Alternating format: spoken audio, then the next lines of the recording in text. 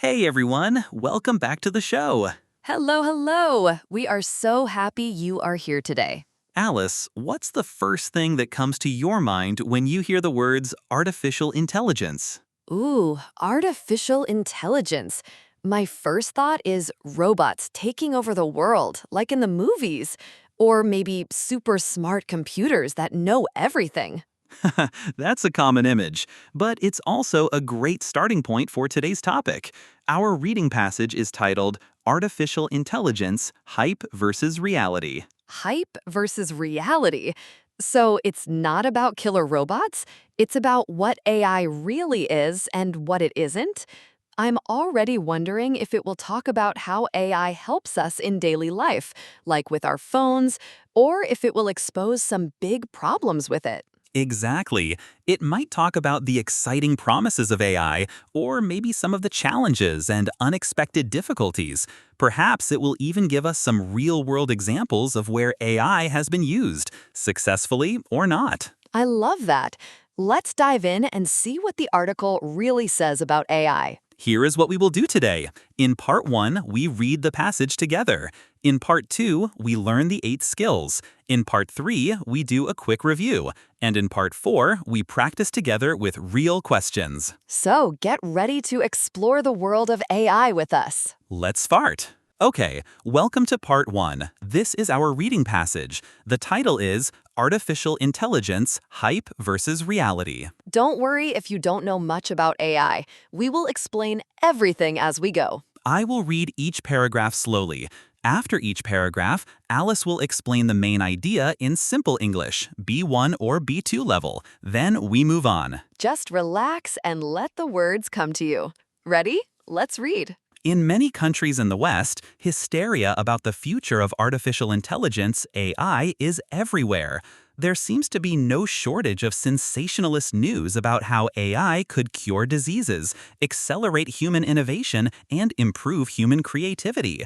Just looking at the media headlines, you might think that we are already living in a future where AI has infiltrated every aspect of society. Okay, so paragraph A tells us that there's a lot of excitement and even some fear about AI, especially in Western countries. The news often talks about amazing things AI could do, like curing sickness or making us more creative. It sounds like AI is already part of everything we do. One important word here is hysteria. It means extreme, uncontrolled excitement or fear.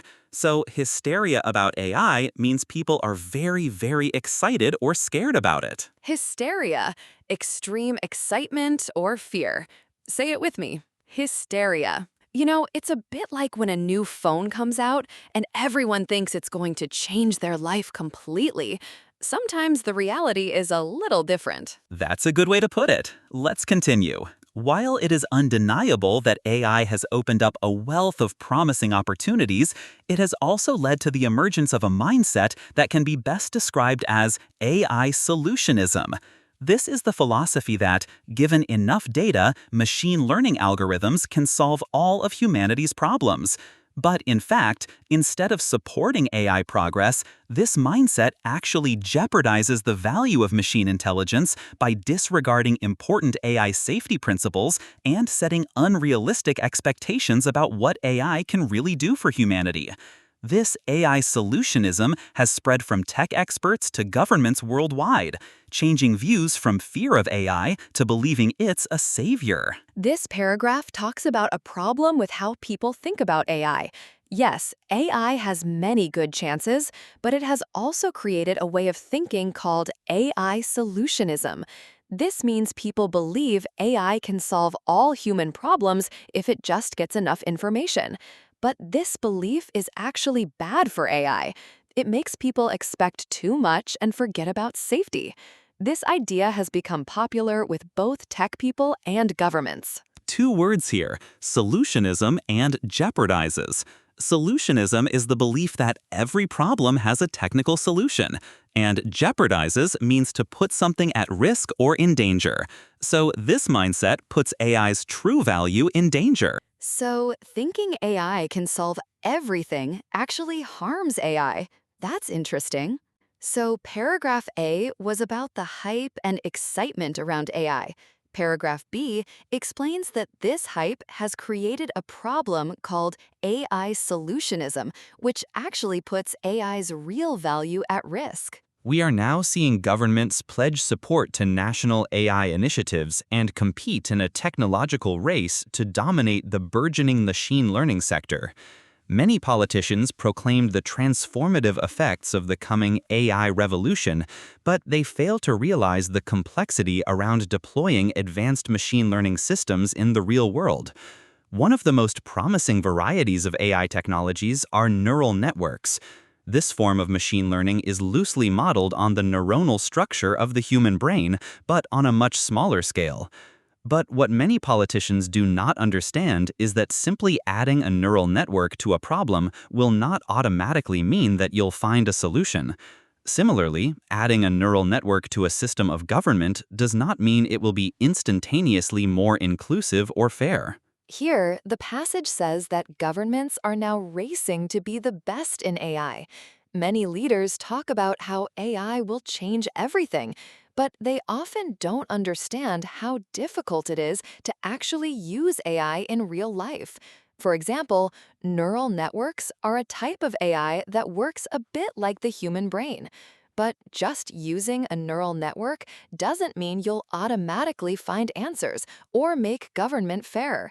It's more complicated than that. Burgeoning means growing or developing quickly. So the burgeoning machine learning sector is the fast-growing area of machine learning. Quick question for you. Does this paragraph think politicians understand AI very well? The answer is no. It says they fail to realize. They don't understand how difficult it is.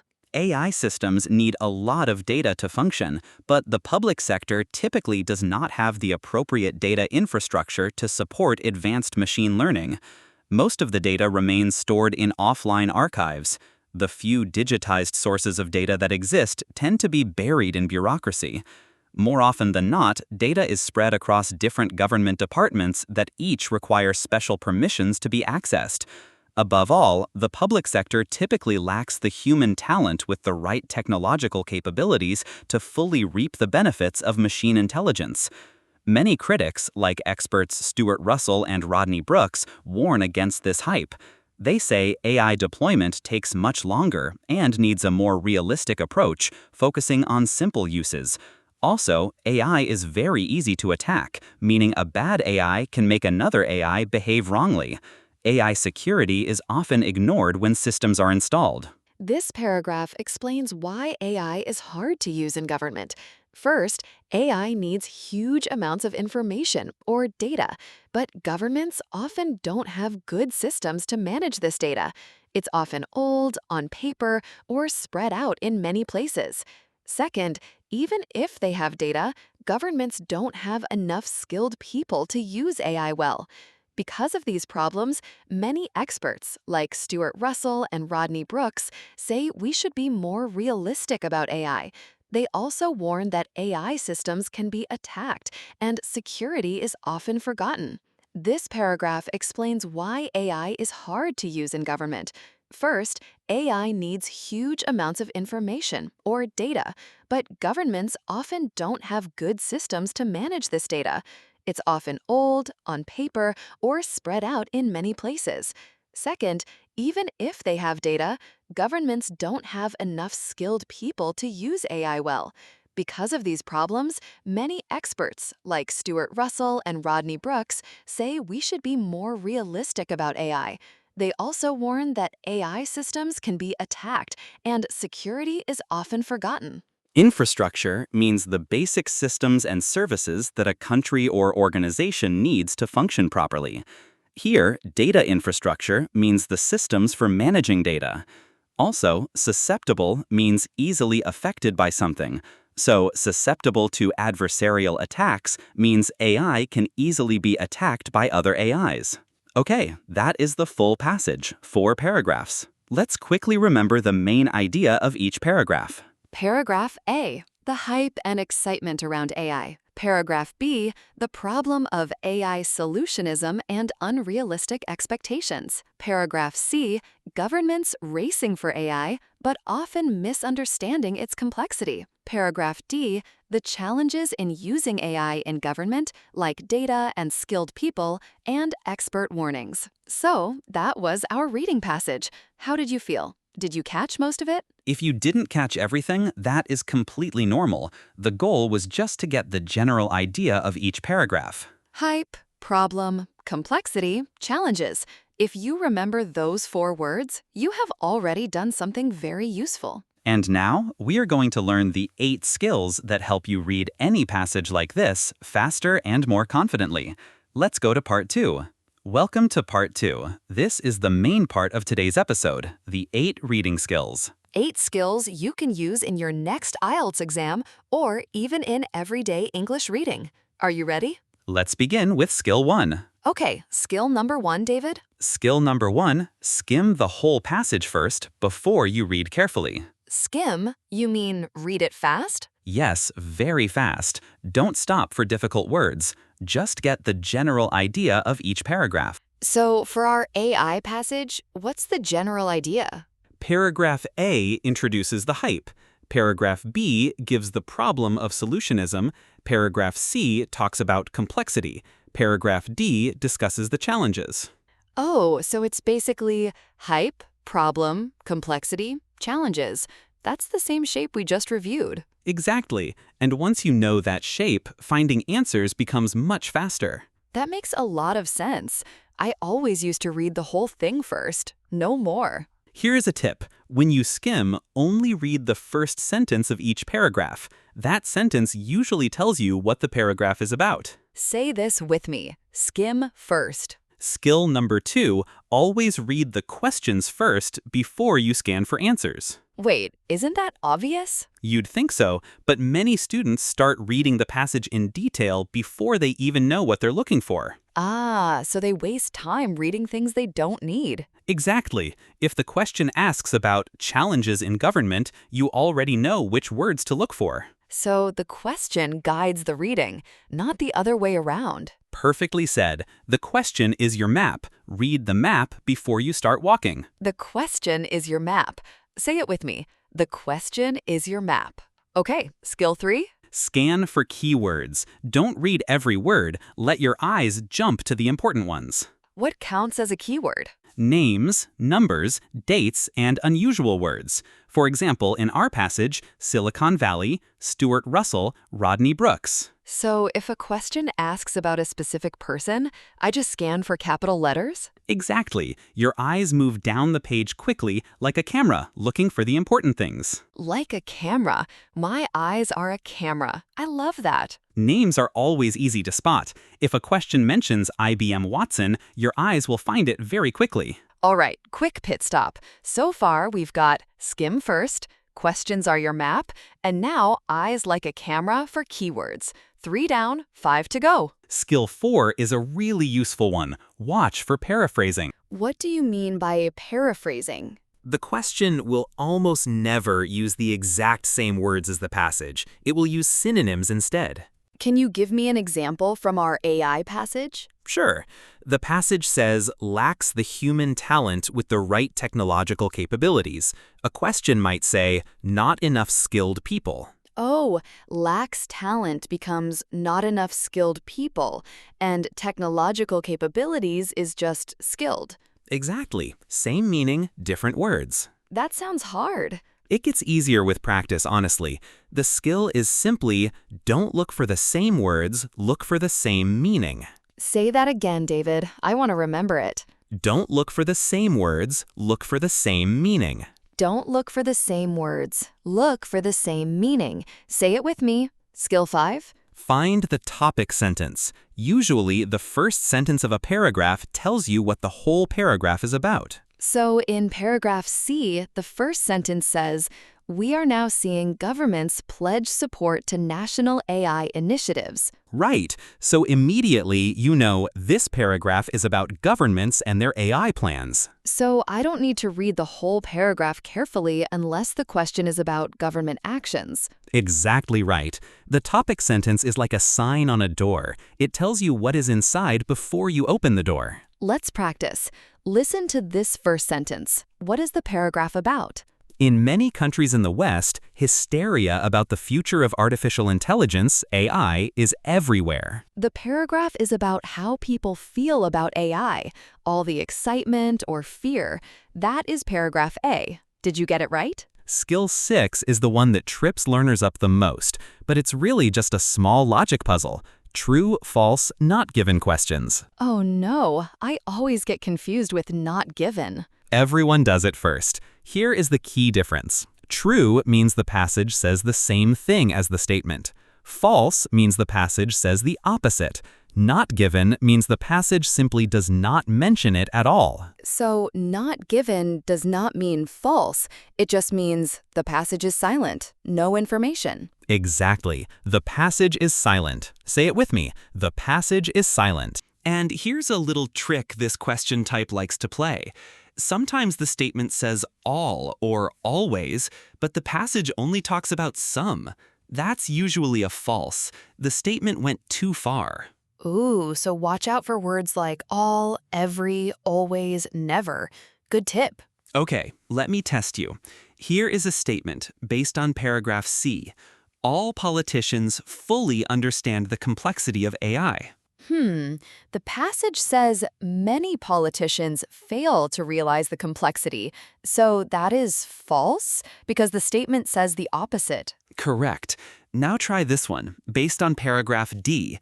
AI systems are never susceptible to adversarial attacks. The passage says AI is extremely susceptible to adversarial attacks. So never susceptible is the opposite. So the answer is false. Perfect. You just used skill 6 correctly. Skill 7? Manage your time. If one question is taking too long, skip it and come back later. But isn't it bad to leave a question unanswered? It's worse to spend 5 minutes on one hard question and lose time for 5 easy ones. Oh, so one hard question can cost you many easy points? Exactly.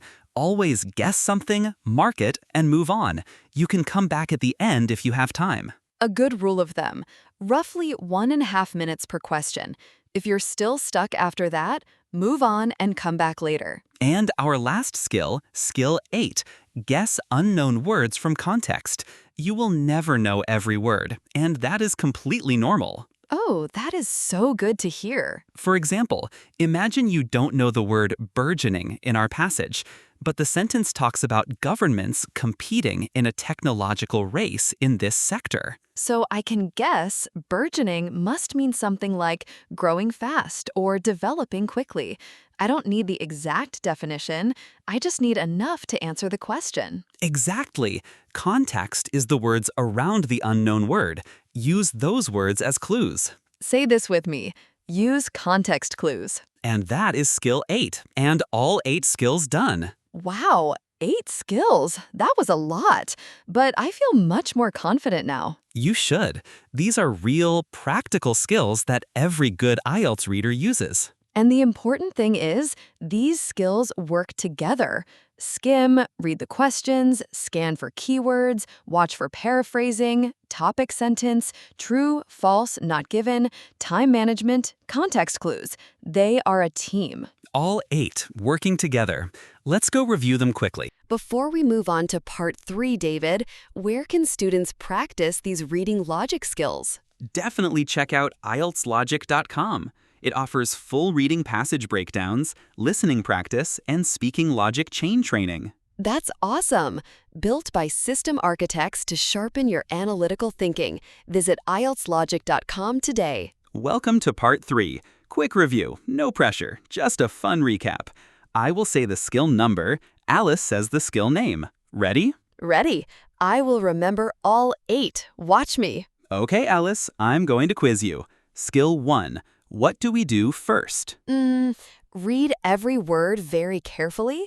Haha, no, that's the opposite. Skim first, get the big picture. Right. Skim first. I knew that. My brain was just warming up. Okay, how about skill 2? Read the questions before you scan. Good. And skill 3? Scan for key words, not full sentences, like a camera. Very good. Now skill 4, the tricky one. Skill 4 is about not looking for the same words, but for the same meaning, paraphrasing. Excellent, that's the one. And skill 5? Find the topic sentence in each paragraph. It's like a sign on a door. Perfect. Now for skill 6. This is the one about true, false, not given. What's the key difference for not given? Not given means the passage is silent. It just doesn't say. It's not false, it's just not there. Exactly.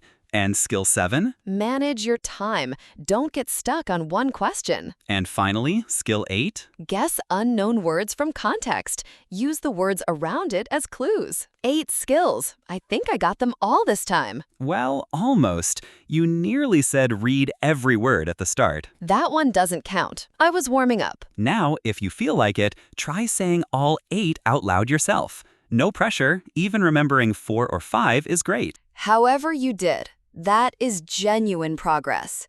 8 skills reviewed, quickly and clearly. Remember, you don't need to memorize the names, you need to do them. Skills are actions, not words.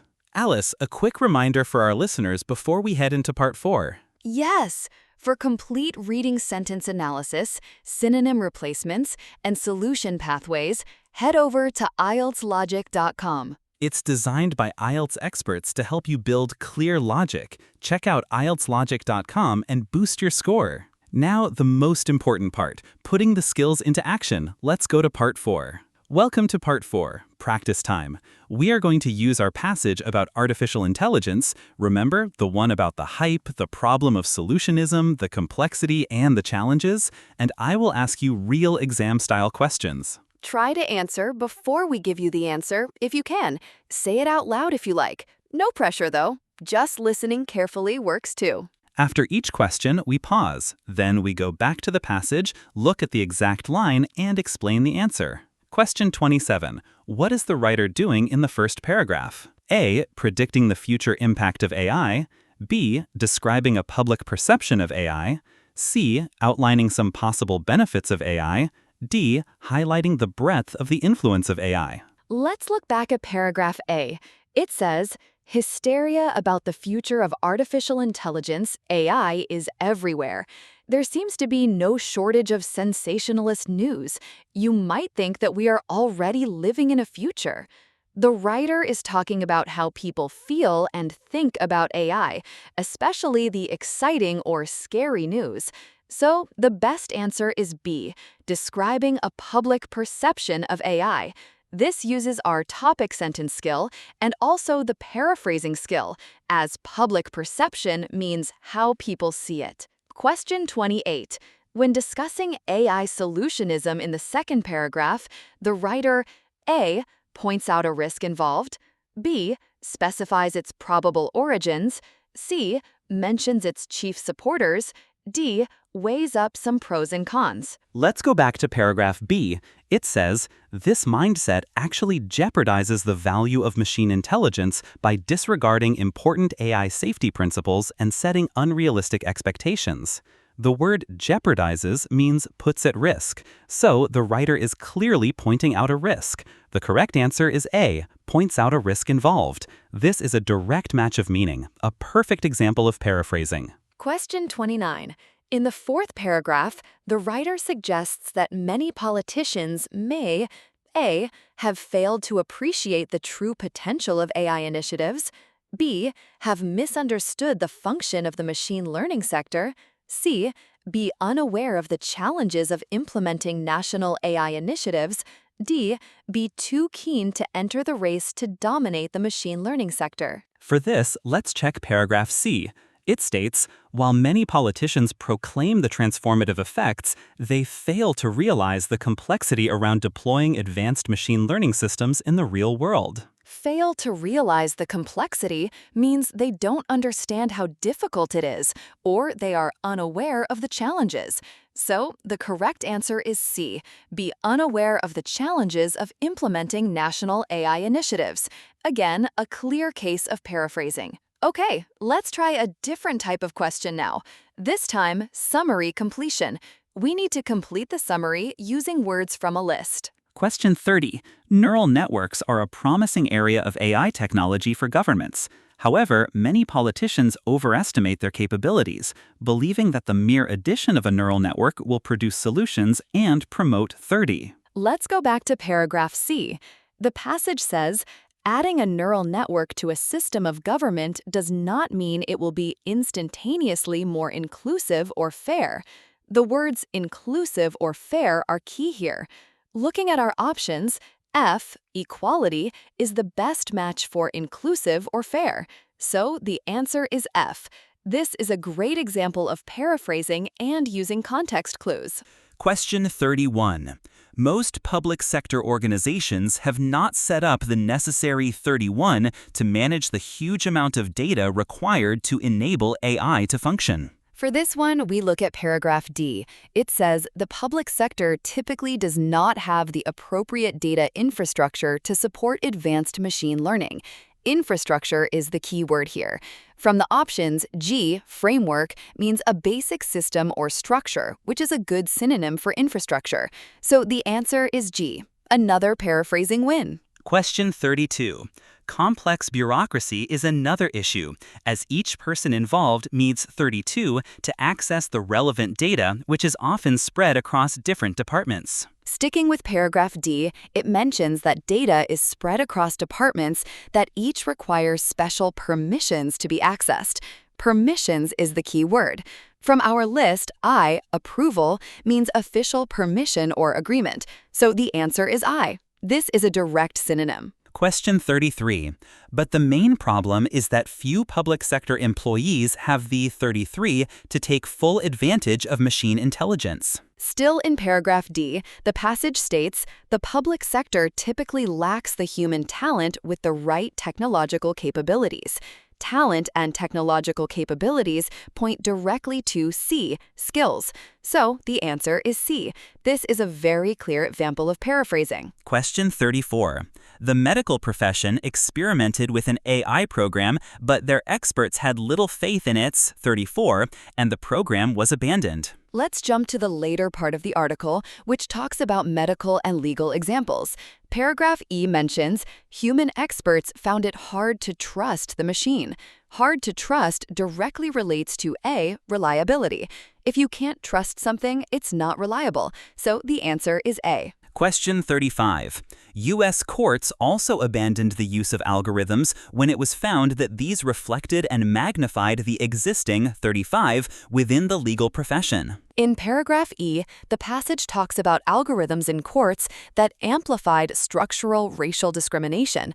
Racial discrimination is a form of unfairness, or D, prejudices. So the answer is D. This is another good example of understanding the underlying meaning. All right, next up are true, false, not given statements. Remember skill 6. Question 36. Stuart Russell's proposals regarding the use of AI are impractical. Let's find Stuart Russell in paragraph D. The passage says he has long advocated a more sensible and realistic approach. If his approach is sensible and realistic, it is the opposite of impractical. So the statement contradicts the claims of the writer. The answer is no. Question 37. Rodney Brooks's view has attracted unfair criticism from supporters of AI. We find Rodney Brooks in paragraph D. He writes that AI innovations take far, far longer to be really widely deployed. The passage tells us his view, but it does not mention whether his view has received any criticism, fair or unfair, from AI supporters. The passage is silent on this, so the answer is not given. Question 38. Nowadays, the need to protect AI systems is always taken into account when they are set up. Let's look at paragraph D again. It says, still, AI security remains an often overlooked topic when machine learning systems are installed. Often Overlooked means it's frequently not taken into account. The statement says it's always taken into account, which is the exact opposite. So the answer is no. Question 39. In order to benefit from AI and minimize the harms, we have to explore people's concerns about its use. The passage states in paragraph D that if we are to reap the benefits and minimize the potential harms of AI, we must start thinking about how machine learning can be meaningfully applied. This means we need to have a discussion about AI ethics and the distrust that many people have towards machine learning. Distrust is a concern, so exploring people's concerns is necessary. The statement agrees with the claims of the writer. The answer is yes. One more question, David. This is a multiple-choice question, asking for the best subtitle. Question 40. What would be a suitable subtitle for reading passage 3? A. How to make the most of what AI has to offer. B. Why AI may not be the answer to our problems. C. Why governments should not invest in AI systems. D. How AI could improve the efficiency of the public sector. This question asks for the main idea of the whole passage. The passage starts with the hype, then talks about AI solutionism being a problem, followed by challenges in government, expert criticisms, and examples of AI failures in medicine and law. It constantly highlights the limitations and problems. It doesn't tell us how to make the most of AI, A, or say governments shouldn't invest at all, C, or how AI could improve efficiency, D. Instead, it explains why AI isn't a magic solution for everything. So, the best subtitle is B, why AI may not be the answer to our problems. This is about understanding the main idea using our skim skill. Okay, we just went through all 14 questions. David, let me ask, what skills did we actually use today? Great question. Let's see. First, paraphrasing. Almost every question had a synonym swap. Right, like jeopardizes for risk or talent for skills. Then, logic signals and understanding the writer's attitude. Words like however and fail to realize showed us the writer's critical view. And for the summary completion, we used word type prediction. Noun, verb, that narrows it down fast. And, of course, for true, false, not given, we had to be very careful with words like always and never, and distinguish between opposite information and simply unmentioned information. So if you take one thing from today, it's this. The answer is almost never about finding the exact same word. It's about finding the same idea in different words. Well said. Okay, let's move on to our closing. So that is it for today. 8 reading skills and 1 thought-provoking passage about AI. Let's say all 8 one more time, fast. Skim. Questions first. Keywords. Paraphrasing. Topic sentence. True, false, not given. Time management. Context clues. 8 skills. Beautiful. Before we go, say this with me. I have the right strategy. I have the right strategy. I have the right strategy. Say it one more time if you'd like, because it's true. Oh, before we go, one last fun fact about AI. Did you know that the very first computer program that could play chess was developed in 1951? It was called Turochamp. It was very simple, and it could only look ahead 2 moves. But it was the start of something truly amazing. From 2 moves to beating grandmasters. That's some progress. Right? Okay, that's it for today. Bye, everyone. Bye-bye.